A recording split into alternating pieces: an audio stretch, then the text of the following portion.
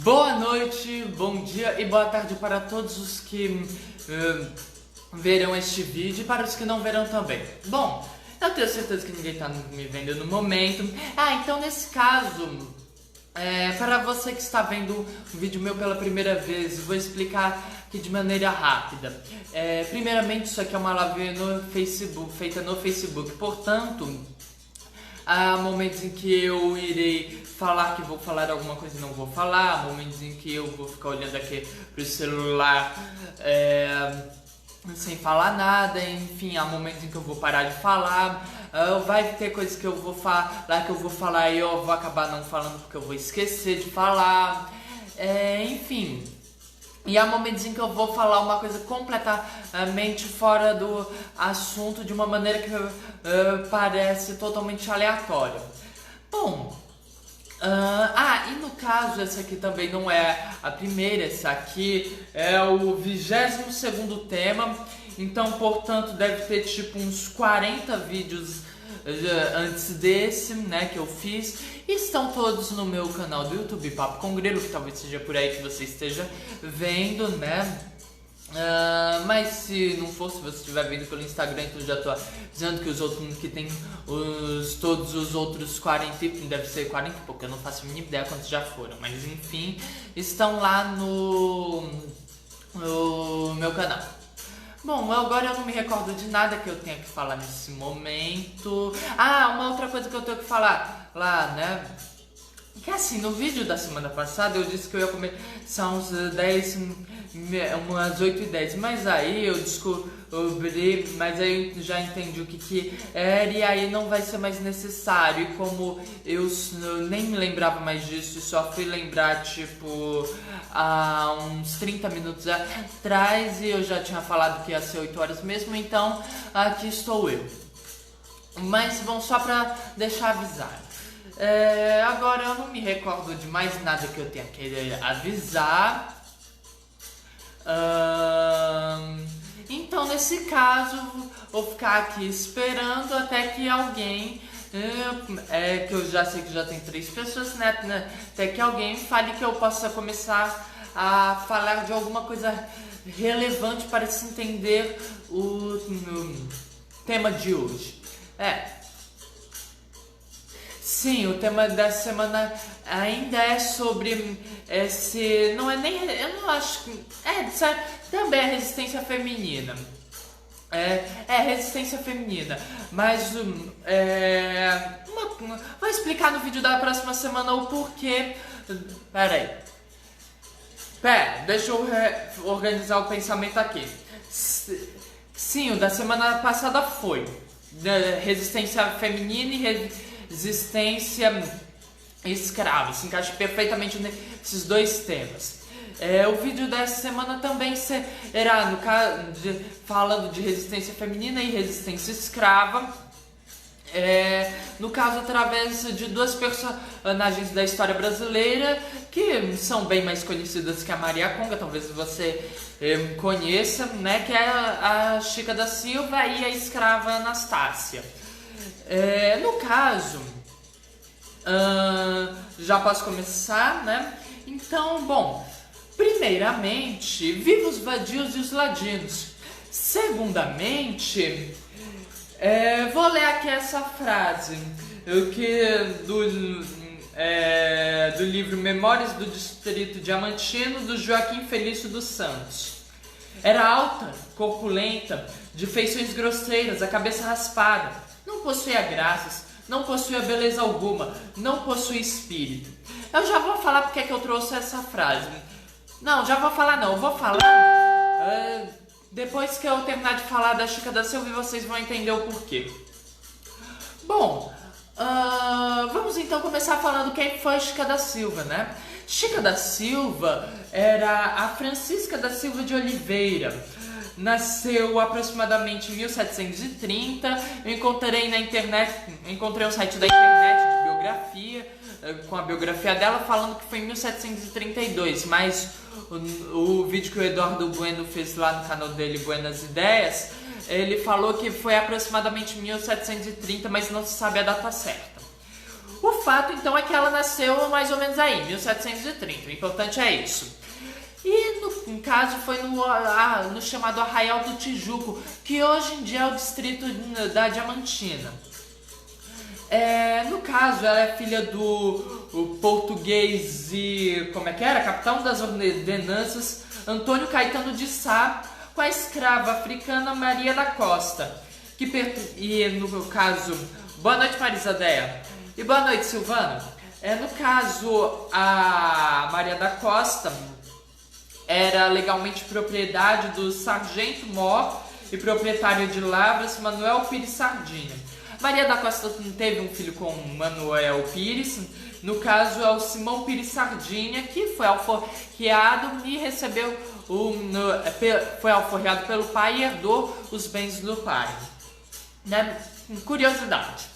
Bom, e a Chica da Silva, no caso, era propriedade, legalmente falando, do Manuel Pires Sardinha.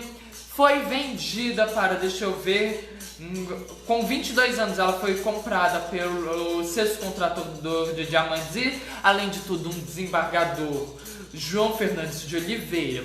O que era o contratador de diamantes? Bom, eu já contei aqui para vocês a história da descoberta dos diamantes num dos vídeos em que a gente fala dos povos africanos, né? Deixa eu lembrar que, sim, eu não faço, agora eu não me recordo em qual dos vídeos foi, mas como eu tava lá, como a gente contextualizou com a música Africaê, e na música Africaê fala povo mucugê, né? Pelo menos eu entendo assim. Como eu não consegui encontrar nenhuma referência de Mugungê, só encontrei, né, para referência a Mucugê do Paraguaçu, né, que é lá da Chapada da Diamantina, enfim.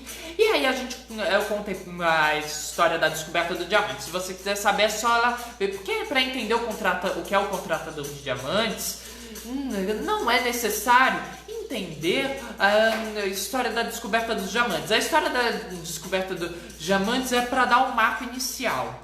O fato é que com a descoberta dos diamantes acabou chegando ao ouvido do rei, que no Brasil tinham sido descobertos diamantes, e aí foi aquela alegria, foi enviada amostras lá para o Vaticano, foi feita várias festas, procissões agradecendo a Deus, e o rei decretou inclusive 10 dias de feriado. Olha só que maravilha, né?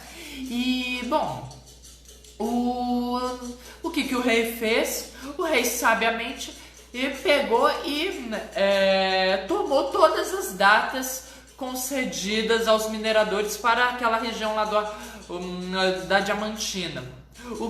Você que viu todos os meus vídeos já sabe o que é uma data, né, que eu comentei no vídeo em que a gente conversa sobre a mineração. Já sabe que uma data é um terreno lá doado para os mineradores fazerem lá a mineração, e aí o tamanho era de acordo com a quantidade de escravos, de dinheiro que o cara tinha, enfim, né? E o rei pegou, suspendeu todas as datas lá daquela região, e decretou que apenas a coroa tinha direito de minerar os diamantes, né? E aí o que acontece? A coroa, muito eficiente, é que assim, gente, vou falar uma coisa pra vocês. Para você conseguir explorar um determinado produto e vender esse produto, você tem que ter uma coisa chamada capacidade de utilizar o cérebro. Se você não tem isso, não vai dar certo.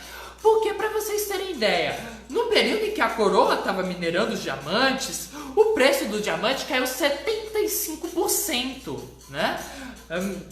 Porque o que acontece?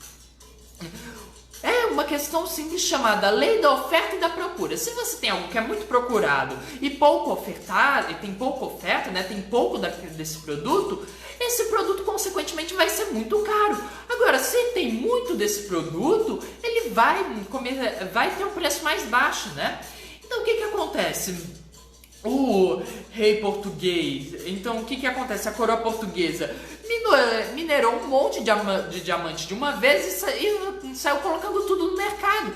E isso obviamente não deu certo. Para vocês terem uma ideia. Entre 1724 e 1740, segundo o Eduardo Bueno, foi colocado no mercado 1.666.563 quilates de diamantes. Então assim, a coroa portuguesa não soube vender os diamantes. E ela teve a ótima ideia de então de passar isso para a iniciativa privada, né?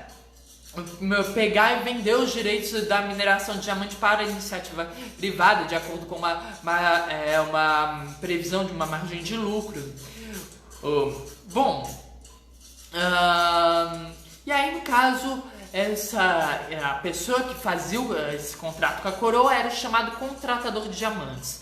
E a Chica da Silva foi comprada pelo sexto contratador de diamantes, deixa eu ver o nome dele de novo, João Fernandes de Oliveira. E o João Fernandes de Oliveira se apaixonou por ela. E no caso, ele alforriou ela e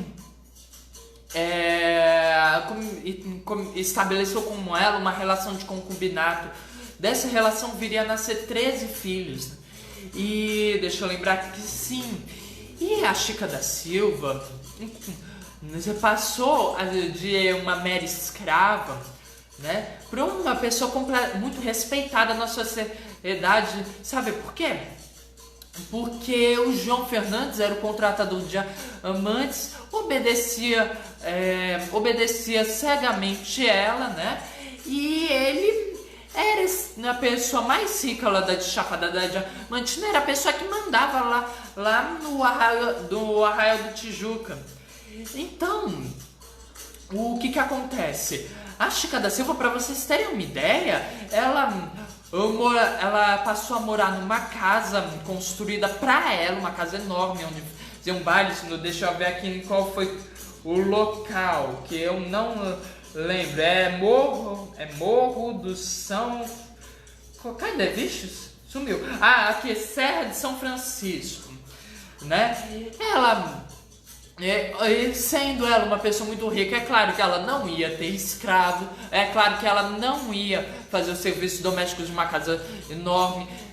Então ela tinha muitos escravos, inclusive ela ia para a igreja acompanhada das 12 mucamas dela e trajada ricamente, né, cheia de diamantes e ouro.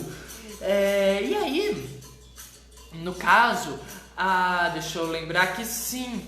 E para vocês terem uma ideia do poder que a Chica da Silva exercia no João Fernandes, deixa eu lembrar que sim, ela não conhecia o mar, né? Porque ela nasceu lá no Arraial do Tijuco e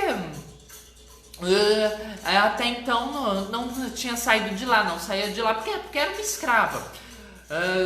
Ela trabalhava lá onde o Senhor tinha determinado, né? E aí ela queria, e aí o João Fernandes, que ia muito para Portugal resolver negócio, falava para ela das viagens, e ela queria muito conhecer o mar e navegar. Só que o João Fernandes tinha muito medo de levar ela, porque viajar de navio era muito perigoso, né? Não sei se ainda é, mas eu sei que antigamente era muito perigoso. Eu até sabia um dado aqui de quantos navios se perdiam numa frota, mais ou menos, mas agora eu não sei. Mas algo assim, no fundo da minha mente está me dizendo que era metade. Eu nunca notei essa informação, então não sei. Mas enfim, o fato é que se perdiam muitos navios afundavam. Deixa eu lembrar que sim, a Chica da Silva, né, queria muito conhecer o mar. O João Fernandes tinha medo de levar ela para navegar, então sabe o que ele fez? Ele decidiu construir um mar lá. Então ele pegou e construiu um açude enorme onde a Chica da Silva podia navegar com um navio que comportava 10 pessoas e era feito 10 a 12 pessoas, era feito a semelhança de grandes embarcações, né, para ela poder navegar lá no mar dela, né? Então assim, isso é só um exemplo de como ela tinha essa influência sobre ele, né? E aí, sabe por que é que eu trouxe aquela frase? Porque aquela frase foi a descrição feita pelo cara aí que agora eu esqueci o nome, da Chica da Silva, né? Ou seja, falou que a Chica da Silva não tinha beleza e que tinha feições grosseiras, né? Isso aí, pelo que eu contei até agora, a gente pelo menos imagina, porque não se sabe exatamente qual que era a aparência dela, mas dá pra se imaginar de que ela com certeza não era uma pessoa feia, de que ela com certeza não era uma pessoa sem belezas, né? Então, assim, o que acontece é que muito provavelmente nessa descrição, que é obviamente por opinião do autor, é uma opinião baseada num padrão de beleza racista, né? Porque se até hoje as pessoas consideram como a pessoa visualmente branca mais bela, que dirá então no século XVIII, século XVIII, né? Não se lembra agora se foi publicado esse livro no final do século XVIII, início do século XIX, segunda metade do século XVIII, agora eu não sei, mas enfim, né? Então, claramente uma pessoa que com certeza devia ter não um tipo de beleza, mas várias belezas diferentes, né? E isso é uma visão, isso é uma opinião dada numa perspectiva racista, né? Bom, e agora continuando falando da Chica da Silva, o que acontece? A Chica da Silva, sim, o João Fernandes, acho que é João Fernandes, o João Fernandes tava lá vivendo muito bem com a Chica da Silva, os 13 filhos, né? E aí o Marquês de Pombal decidiu que ele não estava minerando tanto diamante quanto devia e acusou ele de contrabando. E aí o João Fernandes é preso, perde parte dos bens dele, mesmo assim continua sendo uma das pessoas mais ricas lá de Portugal. Aí no caso e aí em 1770 o casal é separado porque o João Fernandes ele tem que retornar para Portugal para resolver questões de herança, leva com ele quantos que eram os filhos, com os 4 filhos deles, onde eles estudaram, né, e conseguiram atingir cargos administrativos do reino português, enquanto que a Chica da Silva ficou aqui no Brasil cuidando dos bens que ele tinha aqui na colônia, e junto com as filhas que estudaram, o que elas estudaram? Prendas domésticas e música. Bom, a Chica da Silva, ela morreu em 15 de fevereiro de 1796 no Cerro Frio, que fica em Minas Gerais. Foi sepultada na Irmandade Religiosa de São Francisco de Assis, que era exclusiva dos brancos, e no testamento dela ela doou parte dos seus bens para as Irmandades Religiosas do Carmo de São Francisco, que era exclusiva dos brancos, a das Mercês, que era exclusiva dos mulatos, e a do Rosário dos Pretos, que era reservada aos pretos, né? E aí, por isso a gente consegue concluir o seguinte, que a Chica da Silva é incrível, porque a gente está falando de uma mulata forra do século XVIII, o que só tinha dinheiro porque conquistou o João Fernandes, né? E mesmo quando eles terem sido separados, ela continua a ser respeitada, tanto que foi enterrada na Irmandade Religiosa, que era exclusiva dos brancos, né? Então assim a gente consegue ver o nível de respeito que ela tinha numa elite que se autoconsiderava branca, numa elite extremamente racista, né? Então a gente vê, né, esse respeito que se tinha pela Chica da Silva. Bom, e qual é a outra personagem da qual eu quero falar? É a escrava Anastácia. A A história da Anastácia começa em 9 de 4 de 1740, que é quando ela chega no Rio de Janeiro, o navio Madalena, trazendo entre várias pessoas o Chico Reis deixa eu ver como é que era o nome, Delminda. Bom, a Delminda, no caso, logo foi vendida por R$1.000 para um feitor. Ela, no caso, o feitor era o Antônio Rodrigues Velho. Ela morou na capitania da Bahia. Lá a Delminda engravidou, né, da Anastácia, após ter sido estuprada. A Anastácia, ainda grávida, ela foi vendida para, deixa eu ver para quem, ela foi comprada por Joaquina Pompeu, a Delminda. E no mesmo ano em que ela foi comprada, a Anastácia nasceu no dia 12 de maio, lá nas Minas Gerais. Bom, a Anastácia é descrita como uma frau, né? Eu já disse aqui que não vou mais falar mulher, vou falar só frau. Motivos explicados no vídeo anterior com base na etimologia das palavras, né? Enfim, a Anastácia era descrita como uma frau extremamente bela, de olhos azuis, e por isso era desejada por muitos, inclusive pelo filho do feitor. Em alguns lugares você encontra que é o filho do feitor, em outros você encontra que era por Joaquim Antônio, que era filho do senhor lá do local em que ela morava, né? Enfim, não sei qual dos dois era, talvez fosse os dois. E o fato é que pelo menos um desses dois vivia tentando conquistar ela, e ela se recusava a ter qualquer tipo de relação amorosa, né? E aí um dia essa pessoa se cansou e decidiu torturar ela, não conseguiu, então estuprou ela, e como ela ainda tinha sua dignidade, então essa pessoa, não satisfeita, condenou ela a utilizar uma máscara de Flandres até se submeter, né? E ela morreu usando essa máscara. No caso, claramente uma pessoa com ideais muito fortes, né?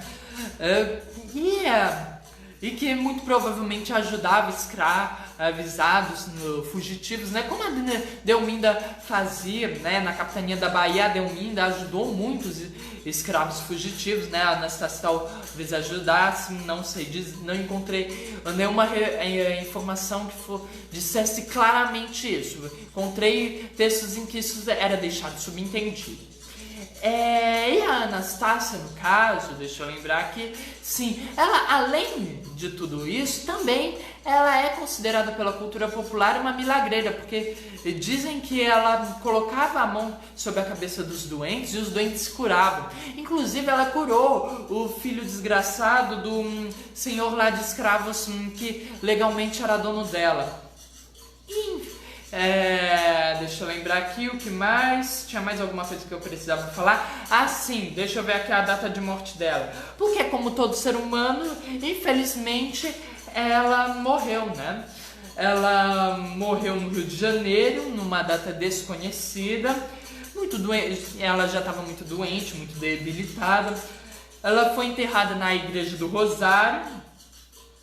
Né? Só que a história dela, diferentemente das pessoas comuns, não acaba com a morte, porque a Igreja do Rosário, no qual ela estava sepultada, e muito provavelmente tinha documentos em que fosse rever, que tinha detalhes maiores da vida dela, porque pelo que eu encontrei, tudo que sabe da vida da Anastácia foi o que eu contei agora. Infelizmente a Igreja do Rosário pegou fogo e todas essas informações foram destruídas.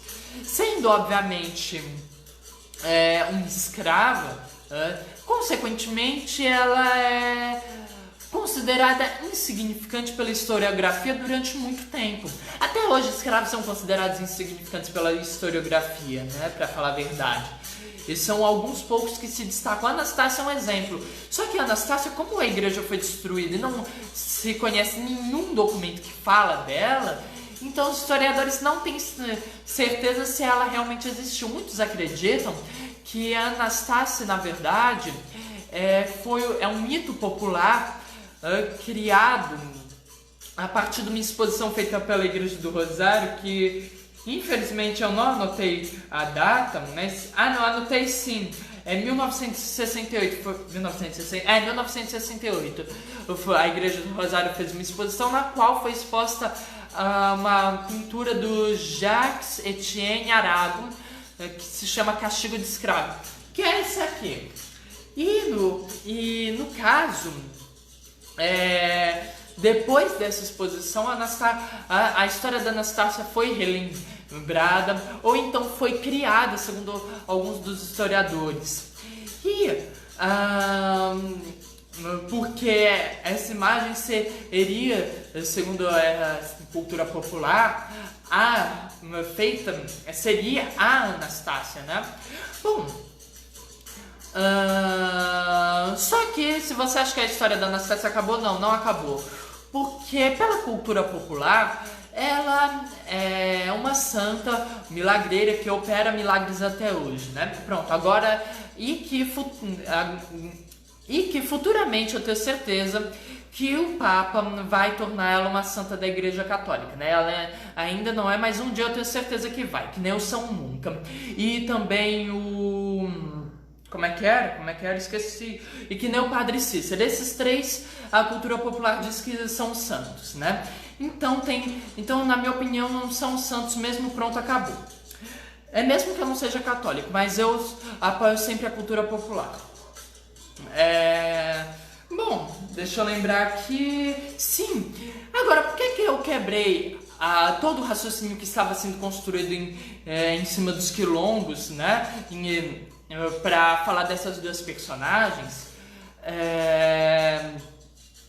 Eu não vou contar agora. Se você quiser saber, vai ter que esperar até a próxima semana, quando a gente for conversar sobre a Aidê e o quilombo de Camugere, né? Eu não vou contar, mas enfim, eu espero que tenham gostado. Peço que compartilhem o meu vídeo.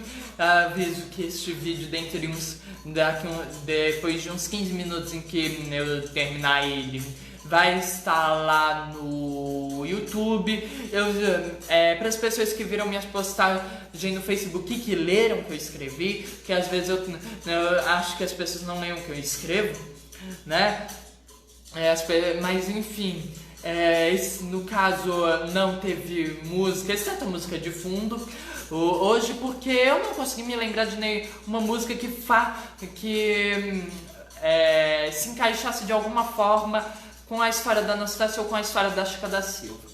Bom, tem mais alguma coisa que eu tenho que avisar? Não, eu acho que é só isso mesmo. Sim, só pra dizer mesmo, eu sempre aceito críticas. Se quiser algum comentário, sugestão, ideia, enfim, qualquer coisa, é só escrever pra mim que eu aceito.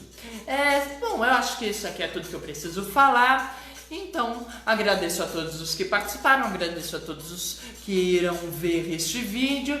E por hoje é só, pessoal. Até amanhã. Até a próxima semana. Não, amanhã não, próxima semana.